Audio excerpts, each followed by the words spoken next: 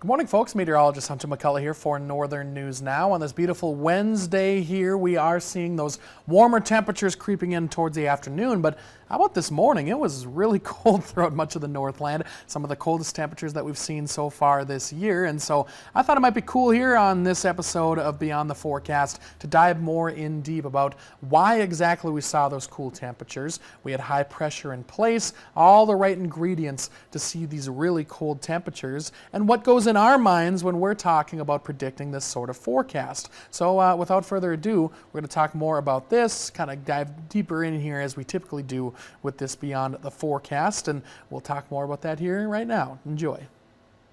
Hey there, folks. Meteorologist Hunter McCullough here for Northern News Now. We had our coldest temperatures of the season so far earlier this morning. Temperatures got down into the teens and 20s, a couple 30s, but many areas down into the 20s. And this is all made possible by radiational cooling. So these temperatures that we saw this morning does end the growing season. We've talked about this the past couple of days, that this will likely be the end of the growing season. What does that mean? That means that we had our first widespread freeze, and that means that the National Weather Service will not likely be making any more frost advisories or freeze warnings into the growing season for the rest of the year.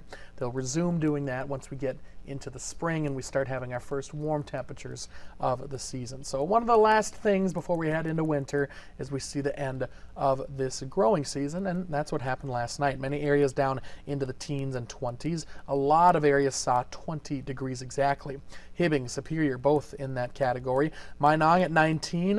Where I'm from, Brimson, that is taking the cake here at 18 degrees. International Falls, 21 degrees. And on top of the hill here in Duluth, we saw 28. So well below freezing here. Freezing, of course, 32 degrees. And many areas were just over 10 degrees below freezing. So it was a cold morning, very brisk out there to start off the day. This is brought to you by radiational cooling, which we've talked a little bit about before on air, but I don't think I've talked about this much in this show in particular. So let's dive deeper into why we saw what we saw and what we're looking at when we're forecasting for this sort of thing. Radiational cooling, it happens when you have your heat at the surface radiate out to space, and it's only allowed by the conditions that we saw last night. So typically on a normal day, you've got solar radiation moving into the Earth, all over the Earth, the globe here, heats the ground during the day. Well, then at night, we see the sun go down, of course, and we see that radiation moving off of the Earth and putting out to space. If you have clouds above your head, however, it will actually kind of act as a blanket or a hat, if you will, and it will actually bounce some of that back towards the Earth. So if you have cloud coverage on a given night versus clear skies on a given night, the cloud coverage most of the time will keep you warmer than a night with clear skies. Now, of course, there's other factors that go into it. Wind speeds and whether we have another air mass moving in, those can definitely impact our low temperatures.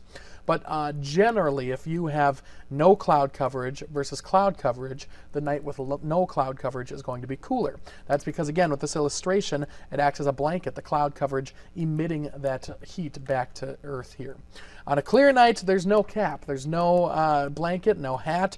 It's allowing that heat to escape out to space. It's called a radiational cooling. That heat radiates back out to space. There's really nothing blocking it, so it's a really efficient way to cool down our temperatures at night. You also need a little bit of a breeze. Nothing too crazy, about 2 miles per hour. You don't want it to be completely dead, and you don't want 5+ miles per hour. You want it to be not breezy at all, but just a light wind helping to mix that air and pushing it out to space. That's the most efficient way to get your temperatures to cool down. So when we're looking at the forecast, we're looking at all these different models. Certain models predict cooler temperatures better than others. And I found in my time that the European model is not that good at predicting cold temperatures when we have this type of setup. The GFS and the NAM models, they do a little bit of a better job. We've got a graph model as well that we use within this system, and that does a pretty good job too. So we look at all those temperatures. We notice, well, the European's a little bit hot. It's not going to be that warm into the overnight hours. GFS and NAM, well, they're getting down into the low 20s, but here's what we're going to do.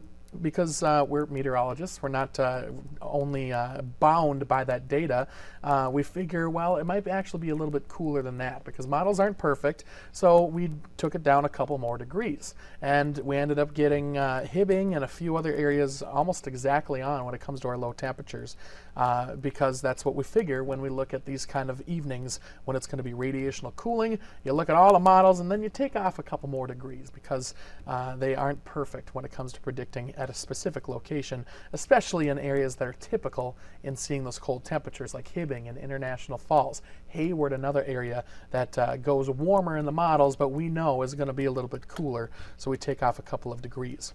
Also, what happened this morning, now we've talked about this before in previous videos, but I do want to just touch on this again because this is another symptom of what happens when you do get radiational cooling. You get radiation fog as well. And again, fog, we've talked about this in a previous video. Fog is literally just a cloud. It's what happens when your temperature reaches the dew point, which means that you're saturated, and then you see the cloud particles form here. You got expanding clouds here on particles, and you can see, again, clouds at the surface. This is called fog. And there's a couple different ways to get fog. One is called radiation fog, and that's what we saw last night in some areas where you do see, again, you need the clear skies, you need light winds, clear skies, calm winds basically at the surface, and again allows that heat to radiate out to space. Well, as that temperature is going down, your dew point for the most part is staying the same. So you eventually get to that dew point, and once you meet that dew point, you start to see clouds form at the surface, aka fog. Once that temperature does reach the dew point, it's tough to get that temperature even a little bit lower.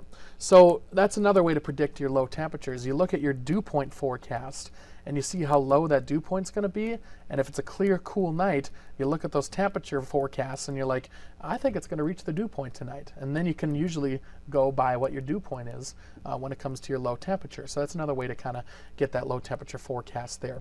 Other than that, though, it was a cold night. We got more in store for us. We're going to warm up now as we go throughout the rest of the week, of course, but definitely an interesting video here. Hopefully you found this interesting, talking more, again, about radiational cooling, which is something that happens throughout the world quite often, happens in our region quite often as well. Also talking about radiation fog, which is what we saw last night in a few areas as well. So there you go. Definitely a cool, brisk evening, but warmer temperatures on the way. So in the meantime, have a great day.